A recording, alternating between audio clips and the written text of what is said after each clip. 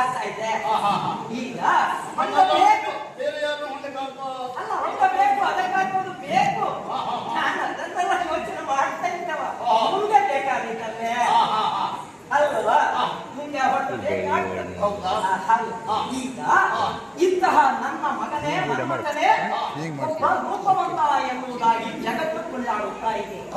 ಅವನ ರೂಪಕ್ಕೆ ಸರಿ ಮಿಗಿಲು ಎನಿಸಿರುವಂತಹ ರೂಪ ಸಾದೃಶ್ಯವನ್ನು ತಾನು ಈ ವಯಸ್ಸಿನಲ್ಲಿ ನೀವು ಕಾಪಿಟ್ಟುಕೊಂಡು ಬಂದಿದ್ದೀರಿ ಅಂತಾದ್ರೆ ಯೋಚನೆ. ನಾನು ಹೇಳುವುದಿಲ್ಲ, ಯಾಕೆ ಗೊತ್ತುಂಟ, ಎದುರಿಗೆ ಬರ್ತಿರ್ಬೋದನ್ನು ನೋಡಿ ನಿನ್ನ ನೋಡಿ ನನ್ನ ಮಗನ ಹಾಗೆ ಕಾಣ್ತೀಯ ಮಾರಾಯ ಅಂತ ಹೇಳಿದ್ರೆ ಏನಪ್ಪ ಅರ್ಥ ಆಗ್ತದೆ ಹೇಳು? ಬೇರೆ ಸಾಮಾನ್ಯರು ಹೇಳಿದ್ರೆ ಆಗ್ತದೆ ಅಪಾರ. ಆದ ವಿಷಯ ಬಿಡಿಸುವುದಕ್ಕೆ ಮೊದಲೇ ಹೇಳ್ತೇನೆ, ಲೋಕವೆಲ್ಲ ಸಾರುತ್ತಾ ಇದೆ ನನ್ನ ಮಗ ರೂಪವಂತನೆಂದು. ಇದನ್ನು ಪುಷ್ಟೀಕರಿಸಿಕೊಂಡೇ ನಾವು ಮುಂದುವರಿದದ್ದು. ಆದ್ದರಿಂದ ಈ ಅಪವಾದಕ್ಕೆ ಎಡೆ ಇಲ್ಲ. ಈಗ ಈ ರೀತಿಯಲ್ಲಿದ್ದಂತಹ ತಾವು ಒಬ್ಬ ರಸಿಕನಾಗಿ ಕಂಗೊಳಿಸಬೇಕಾದಂತಹ ಸರ್ವ ಅರ್ಹತೆಯನ್ನು ಗಳಿಸಿರುವಂತಹ ತಾವು, ಭೂಪತಿಯಾಗಿರುವಂತಹ ತಾವು, ಕರ್ಣನ ರಥದಲ್ಲಿ ಕುಳಿತು ಆ ಕುದುರೆಗಳ ಭಾಷೆಯನ್ನು ಹಿಡಿದು ಮತ್ತೊಂದು ಕೈಗೆ ಚಳಿಯಲ್ಲಿ ಚಮ್ಮಟಿಕೆಯನ್ನು ಹಿಡಿದು ಅವುಗಳ ಬೆನ್ನು ಚಪ್ಪರಿಸುತ್ತಾ ಇದ್ದೀರಿ ಅಂತಾದ್ರೆ ನಿಮ್ಮಂತವರಿಗೆ ಇದು ಹೀನ ವೃತ್ತಿಯಾಗಲ್ವ ಭೂಪತಿಗಳೇ? ಯಾಕೆ ಹೀನ ವೃತ್ತಿಗೆ ಇಳಿದದ್ದು? ಸಾರಥಿತನವನ್ನು ಮಾಡುವುದು ಹೀನಕೃತ್ಯ ಅಂತ ಹೇಳುವುದು ಅಥವಾ ಕರ್ಣನ ಸಾರಥಿತನ ಮಾಡುವುದು ಹೀನಕೃತ್ಯ ಅಂತ ಹೇಳುವುದು? ತಮದಿದು ಸಾರಥ್ಯತನ ಕರ್ಣನಿಗೆ ಹೀನವಾದದ್ದು ಎಂದು ಸಮೀಕರಣ ಮಾಡಿದರು. ಹಾಗೆ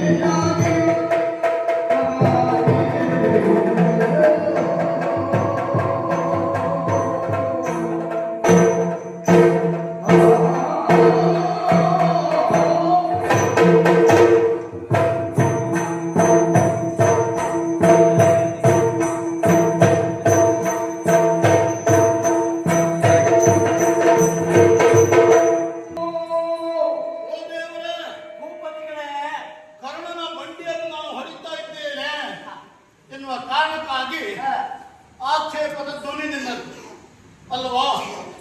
ಭೂಪತಿಯಾಗಿ ಸಾರಥಿತನ ಮಾಡಬಹುದಾ ಎಂದು ಒಂದು ಸೂಕ್ಷ್ಮವಾಗಿ ವಿಚಾರ ಹೇಳ್ತೇನೆ. ಒಂದು ಕಾಲದಲ್ಲಿ ನಮ್ಮ ಭಾವನಾದಂತ ಪಾಂಡು ಚಕ್ರವರ್ತಿ ಹಸ್ತಿನಾವತಿಯ ಭಂಡಾರವನ್ನು ತುಂಬಿಸುವುದು ಯಾರಿಂದ?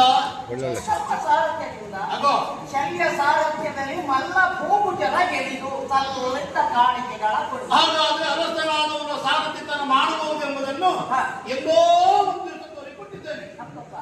ಒಂದು ಇನ್ನೊಂದು ಹೇಳಿದಲ್ಲ, ಕರ್ಣನ ಮಂಡ್ಯನ ಮಾಡಿದ್ದು ಸರಿಯಾ? ಅಂದ್ರೆ ಕರ್ಣ ಕೀಳು ಜಾತಿಯವ.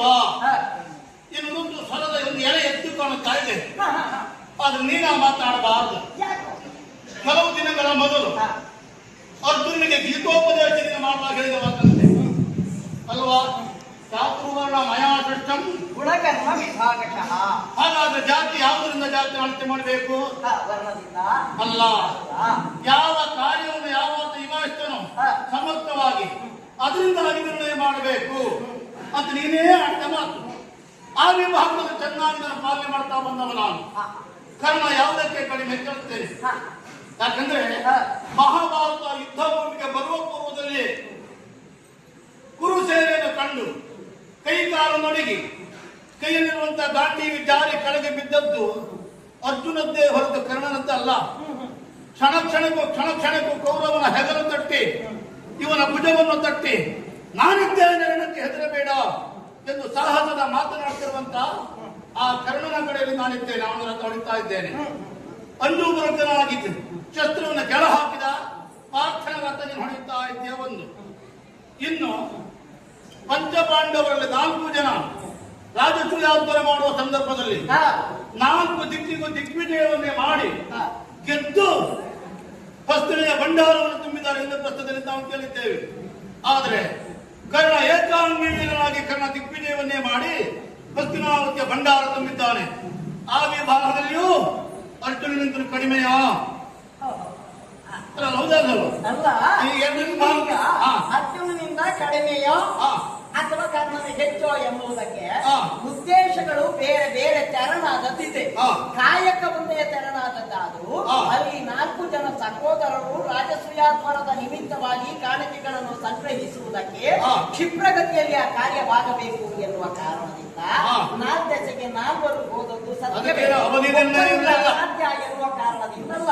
ಇಲ್ಲಿ ಕರ್ಣನೇ 4 ದಶೆಗೆ ತಿರುಗಿದ್ದಲ್ವಲ್ಲ, ಒಬ್ಬನೇ ಒಂದು ಕಡೆಗೆ ಹೋಗಿಯೋ ಅಥವಾ ಒಂದು ಸೀಮಿತವಾದ ಪ್ರದೇಶದಲ್ಲಿ ದಿಗ್ವಿಜಯವನ್ನು ಸಾಧಿಸುವುದರ ಮೂಲಕ ಕಪ್ಪ ಕಾಣಿಕೆಗಳನ್ನು ಸಂಗ್ರಹಿಸಿಕೊಂಡು ಬಂದಿದ್ದಾರೆ. ಸೀಮಿತ ಪ್ರದೇಶ ಅಲ್ಲವೇ ಅಲ್ಲ, ಇಡೀ ಅಖಂಡವಾದಂತಹ ಭೂಖಂಡ ಪಾಂಡವರು ಯಾರೆಲ್ಲ ಗೆದ್ದಿದ್ದಾರೋ ಅವರೆಲ್ಲರೂ ಕೂಡ ಮಣಿದಿದ್ದಾರಂತಾದ್ರೆ ಒಬ್ಬ ಕರ್ಣನಿಂದಾಗಿ ಅಲ್ಲವಾ?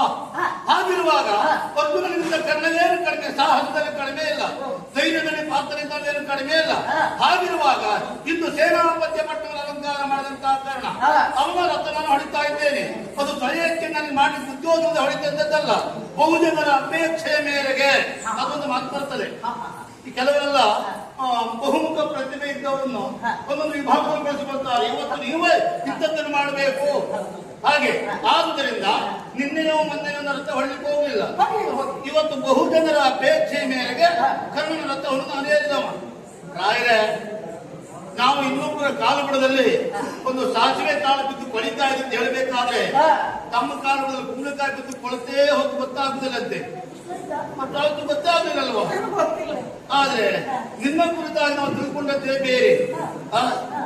ನೀನೊಬ್ಬ ಪರಮಾತ್ಮ ಎಂಬುದಾಗಿ ಅಂತ ನೀನು ಸಾಮಾನ್ಯರಲ್ಲಿ ಸಾಮಾನ್ಯನಾದಂತ ನರನ ರಥವನ್ನು ಹೊಡಿತಾ ಇದೆಯಲ್ಲ, ಇದು ಸರಿಯೋ? ಯಾಕೆ ಗೊತ್ತಿದೆಯಾ?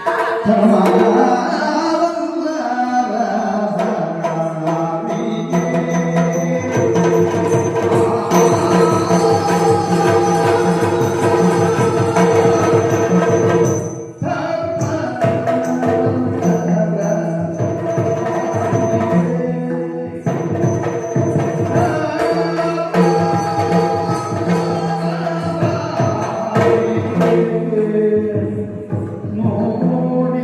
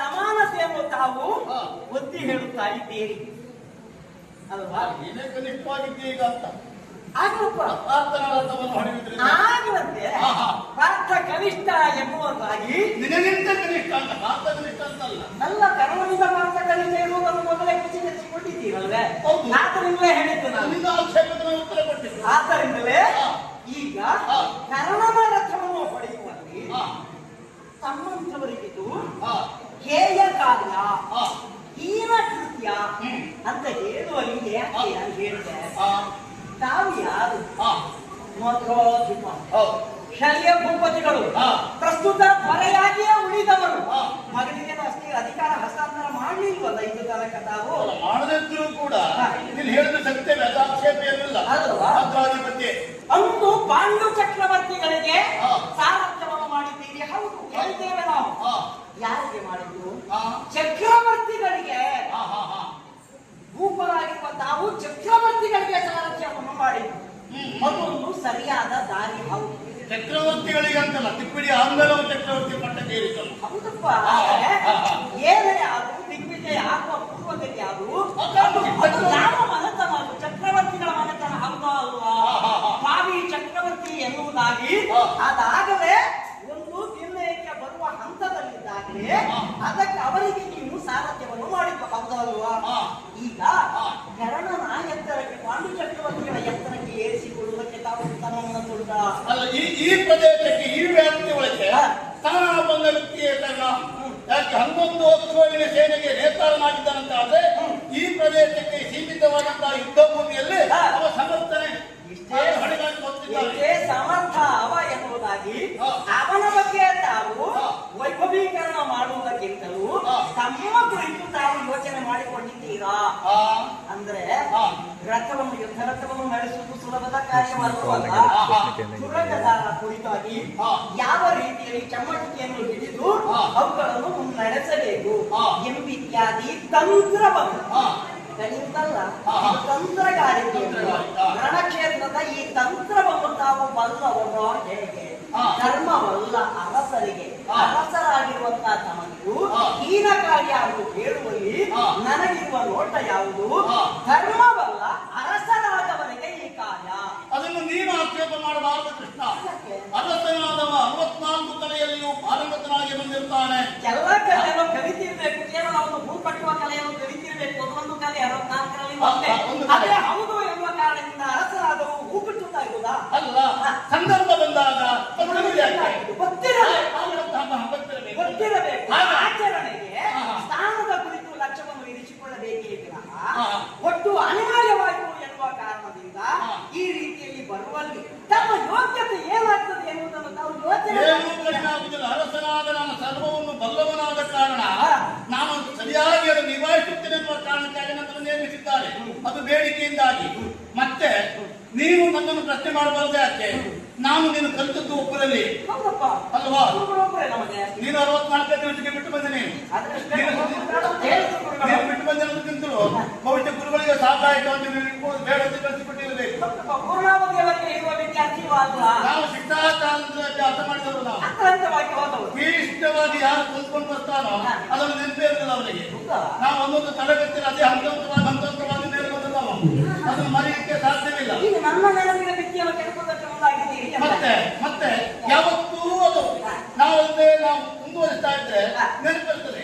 ನಾವು ಮುಂದುವರಿಸ್ತಾ ಬಂದವರೇ ಪ್ರಾಯೋಗಿಕವಾದ ಅನುಭವವನ್ನು ಹೊಂದುತ್ತಾ ಇರಬೇಕು, ಕಥೆಯನ್ನು ಬಳಸ್ತಾ ಇರಬೇಕು. ಗುರುಗಳಿಂದ ಬಂದ ನಂತರದಲ್ಲಿ ಮಾಡಿದ್ದೇನೆ ಒಂದಿಷ್ಟು ಗೋವುಗಳನ್ನು ಕಾಣುತ್ತೆ. ಆ ಗೋವುಗಳನ್ನು ಮೈ ತಿಕ್ಕಿದ್ದು ನಿಮಗೆ ಒಂದು ಕೆಲಸ ಹೇಳ್ಬೋದು. ಯಾವ ಗೋವಿನ ಯಾವ ಸುಳಿಯ ಗೋವು ಇದು ಯಾವ ಗುರುವನ್ನ ಹಾಕಬಹುದು, ಮತ್ತೆ ಎಷ್ಟು ಹಾಲು ಕೊಡಬಹುದು, ಎಷ್ಟು ವರ್ಷ ಹಾಲು ಕೊಡಬಹುದು, ಇದೆಲ್ಲ ಕೇಳಿದ್ರೆ ಆಲೋಚನೆಗಳನ್ನು ಹೇಳಬಲ್ಲ. ಬಿಟ್ರೆ ಮೃಗರಕ್ಷಣೆ ಮಾಡ್ತಿದ್ದ ಹಾಗೆ ನನ್ನಷ್ಟು ನೀವು ತಿಳಿದಿಲ್ವೋ ಅಂತ. ಹಾಗಾಗಿ ಒಂದು ಕೆಲಸ ಮಾಡುವ, ಯಾಕಂದ್ರೆ ಇದೆಲ್ಲದೂ ಅರ್ಥ ಆಯಿತು. ಈಗ ತಮ್ಮತನವನ್ನು ನಾವು ಕಾಪಿಟ್ಟುಕೊಳ್ಳಲು ಇಲ್ಲ ಅಂತ ನನಗೆ ಸಣ್ಣ ನೋವು ಅಷ್ಟೇ. ಎಷ್ಟೊತ್ತಿಗೆ ಉಂಟೆ ಯಾವ ಕಾರಣಕ್ಕೆ ನಮ್ಮ ತನ ಬಿಟ್ಟು ಹೋಗುದು ನಾವಲ್ಲ. ನೀನು ಕಲ್ತಿನ ಮಾರ್ಕೆ ಕಲ್ಲು ಹೊಡೆಯುವುದು ಮಾವಿನ ಮರದಲ್ಲಿ ಹಣ್ಣಿಗೆ ಅಂತ ಮಾತಾಡ್ತಾ ಇದ್ದೆ. ನಿನಗೆ ವಿಷಯ ಒಬ್ಬ ಸ್ನೇಹಿತನ ಮನೆಗೆ ಒಬ್ಬ ಆತ್ಮೀಯ ಹೋಗುತ್ತಾನೆ.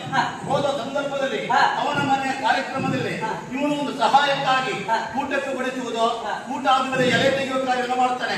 ಅದ್ರರ್ಥ ನೋಡಿದವ ಇವ ಯಾವಾಗಲೂ ಎಲೆ ತೆಗಿತಾ ಇದ್ದಾನೆ ಅಂತ ಹೇಳುದಾ? ಅಲ್ವಲ್ಲ? ಹಾಗೆ ಕಲ್ಪು. ಮತ್ತೆ ನನ್ನೊಂದು ಆಕ್ಷೇಪ ಮಾಡಿ ಹೇಳ್ತದ ಮೇಲೆ ಶಲ್ಯ ಎಂಬುದಾಗಿ ಶಲ್ಯ ಎಂದು ತಲೆಗೆ ಸುತ್ತಲಿಕ್ಕೂ ಬರ್ತದೆ, ಮುಖ ಒರೆಸಿಕೊಂಡು ಬರ್ತದೆ ಅಲ್ವಾ? ಸಂಖ್ಯೆ ಅಂದ್ರೆ ಗಾಳಿ ಹಾಕಿಕೊಂಡು ಬರ್ತದೆ. ಹಾಗೆ ಆಗುವುದರಿಂದ ನನ್ನ ಲಘು ಅಂಜನ ಪರಿಗಣಿಸಬೇಡ. ಅಲ್ಲ, ಲಘುವಾಗಿ ಅಲ್ಲ, ತಮ್ಮ ವಿಗುತೆಯನ್ನು ತಾವು ಲಘುವಾಗಿಸಿಕೊಂಡರು.